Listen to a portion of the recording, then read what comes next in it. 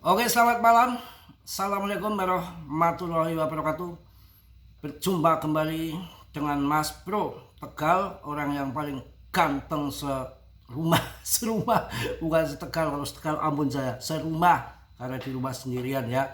Tentu akan saya bahas di sini tentang PP dan juga fundamentalnya dan juga tentunya arah ke depan sampai akhir tahun, bahkan sampai tahun 2026. Di sini akan kumpas Mas Bro tanpa melihat berita-berita apapun, tanpa melihat dari kanan kiri, tanpa melihat dari atas, sesuai dengan hati nurani, sesuai dengan terawangan.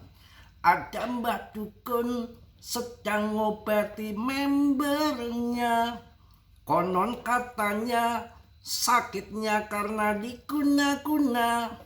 Sambil air putih Mbah Dukun baca mantra, air putih disebut setan, minggat gitu ya. Slow, santai.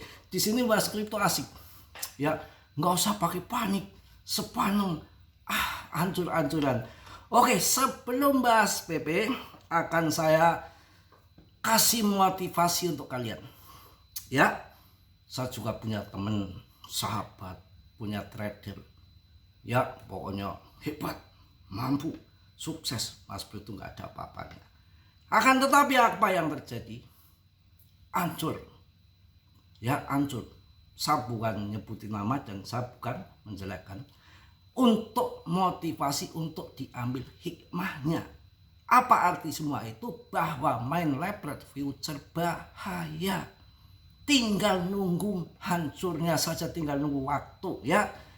Kita itu di kripto paling tidak kita bisa bertahan saja sudah hebat. Satu siklus biar tahu bear market, biar tahu lagi ngebear, winter, bull run, kita harus tahu. Jadi tanpa dikasih tahu, tanpa dikasih peringatan, ilmu akan masuk secara otomatis dengan sendirinya, secara otomatis, secara canggih, secara AI, secara alam. Tahu-tahu bet untuk mengambil keputusan cepat, tepat, dan ngerti ilmunya akan secara alami datang. Oh, saya nggak boleh bomoan. Oh, udah waktunya jual. Oh, udah waktunya masuk. Oh, belum waktunya jual.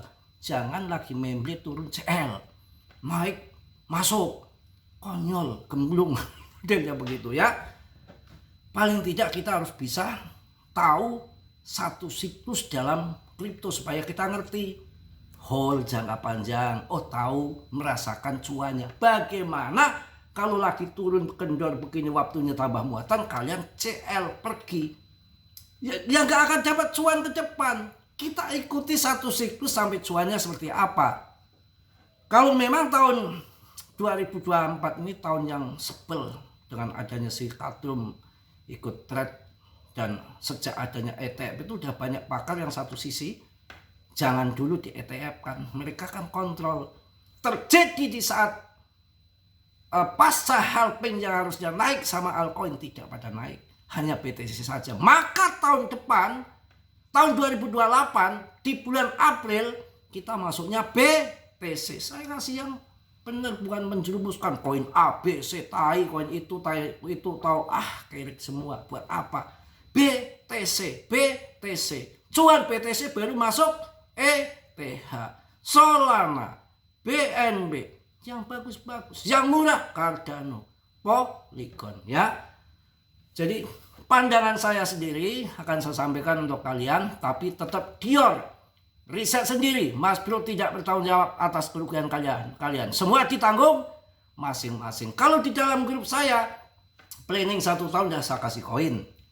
Contohnya kemarin, tahun kemarin, belum awal tahun saya kasih koin das ternyata PAM, Solana, BNB yang planning 1 tahun. Hati-hati, ini masih akan bull market, akan terjadi all season. Pandangan saya, kalian boleh percaya boleh enggak, silakan, terserah, berita macam-macam di mana-mana, tinggal pilih sesuai dengan yang mana kalian percaya. Ada all season, cuma kamu idamanku, cuma kamu pujaanku, cuma ada cumanya. Koin-koin yang ada utilitas jelas, yang investornya banyak, yang holdernya banyak, bukan koin sembarangan. Karena masyarakat kripto, trader kripto, investor kripto sudah ngerti, sudah paham, nggak sembarangan. Maka yang akan investor yang masuk nggak berani koin sembarangan. Debt maling, debt curang, koin bukan displasi, bisa cetak saudele dewek debtnya, macem-macem. Yang nipu-nipu, baru listing scam, nggak ada punya project, itu di situ. Jadi pendapat saya untuk PP, holdernya oke. Kapitalisasinya masih besar. Investornya orang-orang besar seperti GZ. Ada utilitas nyata RWA di Jepang, Bitfinance, apa ya? Bitcoin ya, dijadikan pinjaman. Komunitasnya aktif. Jangan menyepelekan koin yang punya holder, nggak sembarangan, terseleksi alam. Maka yang akan cuan di PP pun yang sabar, terseleksi alam, nggak sembarangan. Kenapa kok bisa begitu? Mencari holder itu nggak mudah. Mencari komunitas aktif itu nggak mudah. Contohnya, Dogecoin, koin ECEC dulu. Dulu koin, meme koin lelucon. Harganya pun 30 rupiah nggak ada. Sekarang kalian tahu Doge, karena koin komunitas, padahal masih dipegang Elon, secara fundamental masih bagus PP. Market capnya melebihi daripada Cardano. Cardano nomor 10, Dogecoin nomor 9. Apakah nggak mantap? Nah ini yang kedua, setelah Doge, Shiba, dan ini PP. Akan bermasa panjang, asal kita sabar akan menikmati kejayaan dari PP nanti. Ya, ATH lewat. Ini belum dimainkan kawan, belum dipanaskan. Contohnya gini, market mau turun terus, mau kendor terus, hancur sampai habis kan nggak mungkin, itu nggak mungkin. Kalau sekarang belum diterbangkan, kenapa? Pemain leplek gila-gilaan, James Win 10 kali lipat di PP. Semua leplek, bahkan Trump sendiri main leplek. Ngapain harus diangkat sekarang? Bandar itu nggak mikirin naik turun. Mana hari ini yang harus bisa diterkam. Kalau posisi leplek banyak banget, tinggal nyaplok saja, squeeze atas bawah dalam waktu singkat, kemakan semua kok. Ngapain nggak perlu naik? Setelah bersih dari penyakit, kudis, kudik, kurat, judi, leplek sudah habis, volume kecil, holder sudah pada minggat, sudah di bawah, anteng aja atau di bawah toh. Harga longsor turun kan. Kalau udah turun longsor begitu, retail nggak mau masuk, investor sudah takut, trader duitnya sudah habis, akan diam saja bandar, diem-diemin aja, dia bunuh diri. Pasti dia akan pump ke atas untuk menarik investor retail, untuk menarik investor yang lain, supaya dia semangat. Wah, naik, ayo masuk, FOMO, bandar gunting lagi. Tetap kalau udah lembek di bawah, nggak ada gerakan, nggak ada volatilitas, nggak ada volatile lagi, tetap akan diangkat karena bandar rugi. Investor sudah nggak percaya, retail sudah nggak mau masuk, nggak ada transaksi jual beli, gas fee untuk eseng nggak ada. Apa yang terjadi? Ya akan di-pump, akan cuan bagi orang yang sabar, simple saja begitu. Ya asalkan sabar. Nah ini. Tapi jangan kalian ini banget ya, dipercaya. Saya kalau ngajak itu, koin itu yang masih kondisinya masih murah, bukan yang sudah mahal. Das ini lagi difomokan, kalah dengan Mas Bro dah awal tahun yang lalu harga masih 300.000, 400.000 saya masukkan. Sudah saya infokan untuk teman-teman saya yang di grup ini, kalau punya uang 2 juta dapat 5 koin. Tahan sampai akhir tahun. Ternyata tadi ada yang japri, sudah dijual Mas Bro harga 940. Wah lumayan, cuan gede. Itu ya. Dan juga ini ada koin 10 meme koin yang akan berpotensi naik. Ya 10 koin. Tapi saya ambil satu aja ya. Di sini ada Doge, ya ada Shiba, saya ambil PP. PP ini adalah antara budaya internet dan FOMO komunitas. PP lahir dari simbol ikonik internet dan langsung viral sejak rilis. Token ini berhasil menembus kapitalisasi pasar miliaran dolar hanya dalam beberapa minggu berkat komunitas besar dan aktivitas trading tinggi. Tuh, tradingnya tinggi sampai James Win aja di sini ya. Memiliki utilitas kuat, beberapa project NFP dan DEPI mulai mengintegrasikan PP untuk meningkatkan nilai gunanya. Jika pengembang berhasil memperluas ekosistem, PP bisa menjadi salah satu top gainer di tahun 2026. Sekarang kita akan bahas masalah koin DAS ya. Tapi kalau masuk saya udah nggak urusan ya, karena sudah telat menurut saya ya.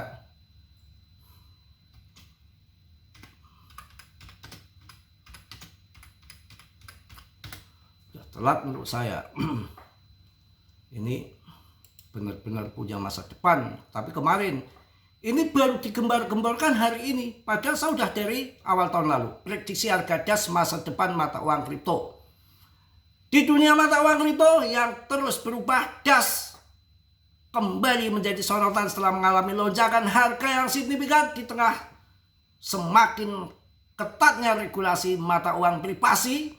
Penting bagi investor untuk memahami langkah selanjutnya bagi DAS dan bagaimana cara menavigasi ketidakpastian ini. Jadi DAS ini nongol setiap akan all season. Ini tanda-tanda tahun 2017, 17 juta. Tahun 2021 hampir puluhan juta. Nah ini kalau 5 juta aja punya koin 5 modal 2 juta, 5 kali 5 25 juta. Apakah enggak teng. Nggak usah menghayal yang tinggi-tinggi ya. Saya jelaskan nih, Oktober ini DAS mengalami peningkatan yang mana mencengangkan sebesar 43% dalam 24 jam. Hal ini memicu banyak spekulasi di kalangan komunitas perdagangan dan investasi. Apakah ini awal dari tren kenaikan yang signifikan? Kebutuhan akan privasi dalam kehidupan digital semakin meningkat seiring dengan meningkatnya pelacakan data dan ketatnya regulasi. Tidak mengherankan jika DAS kembali menjadi sorotan, telah bangkit kembali berlipat-lipat ya. Mudah-mudahan yang telah naik 3 kali lipat dari titik terendahnya mungkin akan mengalami kebangkitan serupa. Privasi yang lebih tinggi dapat berarti nilai yang lebih tinggi. Pokoknya perubahan regulasi yang mempengaruhi mata uang privasi di Eropa. Lanskap regulasi di Eropa sedang mengalami perubahan radikal, terutama terkait mata uang. Uni Eropa akan menerapkan larangan komprehensif terhadap mata uang privasi termasuk DAS mulai 1 Juli tahun 2027 berkat peraturan anti pencucian uang. Itulah bla bla bla bla bla gitu ya. Strategi investasi untuk DAS mengendarai gelombang volatilitas. Berinvestasi di DAS bukan untuk mereka yang tidak tahan dengan ketidakpastian, terutama dengan volatilitas yang menyertai mata uang privasi. Berikut beberapa strategi untuk membantu mengelola risiko. Bla bla bla bla bla macam lah ya. Prediksi masa depan kemana arah DAS. Kedepannya prospek DAS cukup optimis jika narasi privasi terus menguat dan pasar kripto secara umum menunjukkan tren bullish. Harga DAS bisa melonjak signifikan. Itu beberapa yang saya sampaikan mengenai koin DAS ya. Kemudian kita juga lihat dominasi kapitalisasi pasarnya. BTCD-nya masih di 59. Nanti saya rasa akan di bawah 50. Kita baru cuan yang benar-benar cuan. Akan turun pada waktunya, kita harus sabar ya. Kemudian kita akan pilihkan koin-koin untuk kalian. Tadi di grup kalau BTC udah, mudah-mudahan BTC SATW, ETH ngaceng, BTCD turun, baik untuk altcoin ya. Ethereum lumayan sudah mulai ngaceng, BNB ya, ini semua ngaceng ini ya, pokoknya ngaceng semua. Kalian bisa masuk LTC, Chainlink yang bagus-bagus saja, karena yang tidak bagus tahun ini all season itu gak akan naik. Artinya uang akan berkumpul ke salah satu titik koin tertentu yang tidak bagus, nggak ngaceng. Artinya uang akan hanya masuk ke koin-koin yang bagus, jadi uangnya akan gompolong jadi satu. Maka yang biasa tahun 2021 naik cuma 10-12 kali lipat, mudah-mudahan naiknya sampai 30 kali lipat. Wah kenyang ya. LTC boleh. Saya ada berita yang bagus. AAW, AVAX, PP, NIR Protokol, Polygon, Arbitrum, Fan, udah mulai, Jupiter, boleh. Kalau yang cinta Solana mending Solana sekalian, decknya Jupiter. Yang untuk membuat meme coin adalah Fan ya, kalian bisa pilih sendiri ya, mana yang kalian suka. XPL, mulai naik lagi. Yang bagus-bagus, yang nggak bagus-bagus jangan ya. Jadi koin itu kawan, mau ngaceng mau enggak itu tergantung mereka. Contohnya tadi ya, ada koin MZX kemarin dibanding habisan tadi di pump. Semua kalau mereka sudah mau ngepam, sudah waktunya pam, nggak ada alsis. Tahun 2024 saya juga di Fatput yang nggak karuan. Mas Bro gemblung, yang lain tuh bilangnya bear, nggak ada bull Mas Bro. Bear tahun 2025 tuh bear, buat bear kali. Nggak tahunya 2025 mengulang sejarah baru BTC 2M lebih 2,1 M terjadi di tahun 2025 yang katanya ngebear. Ngebear bagaimana? 2027 itu pasti ngebear. Saya 1 tahun sebelum halving BTC, Powell akan naikkan suku bunga. Ini akan dipangkas sampai tahun 2026. Ini masih besok akhir bulan. Tambah lagi nanti Desember, kemudian nanti di tahun 2026. Masih lanjut. Baru nanti akan mungkin ada warning nanti tahun 2026 di akhir tahun. Dan kemudian akan dinaikkan suku bunga balas dendam. Kalau habis mangkas biasa dinaikkan tahun 2027, begitu longsor kendor kayak Selandia Martini, siapkan uang cuan dari sekarang. Jadi menurut saya, satu siklus kalian belajar, ilmu akan masuk dengan sendirinya. Tujuannya apa? Jangan cuan hanya cuan dadakan sesaat tanpa ilmu percuma. Cuan kalian akan habis lagi. Ya, ada yang cuan di PP tahun 2024 ratusan juta, saya tanya udah habis lagi di koin yang lain, dianggap koin akan sama semua dengan PP. No, tidak begitu. Ya makanya kita kalau sudah satu siklus kuat bertahan di dalam, nggak usah pakai lepret, itu akan nanti ilmunya akan masuk dengan sendirinya. Kalian nanti kesananya akan lebih matang, jadi ngerti, saya masuknya BTC ini mau halving, altcoin enggak, sejak ada ETF kacau, nanti aja masuknya. Kemarin masuk BTC 2M, mereka pada jualan BTC, cuan BTC, dibanting, diput dengan katram adanya perang dagang, cerot, dia lebih membeli lebih murah daripada kita walaupun dia beli lebih dulu, lebih awal, lebih kita duluan, dia yang belakangan, tapi dia lebih murah.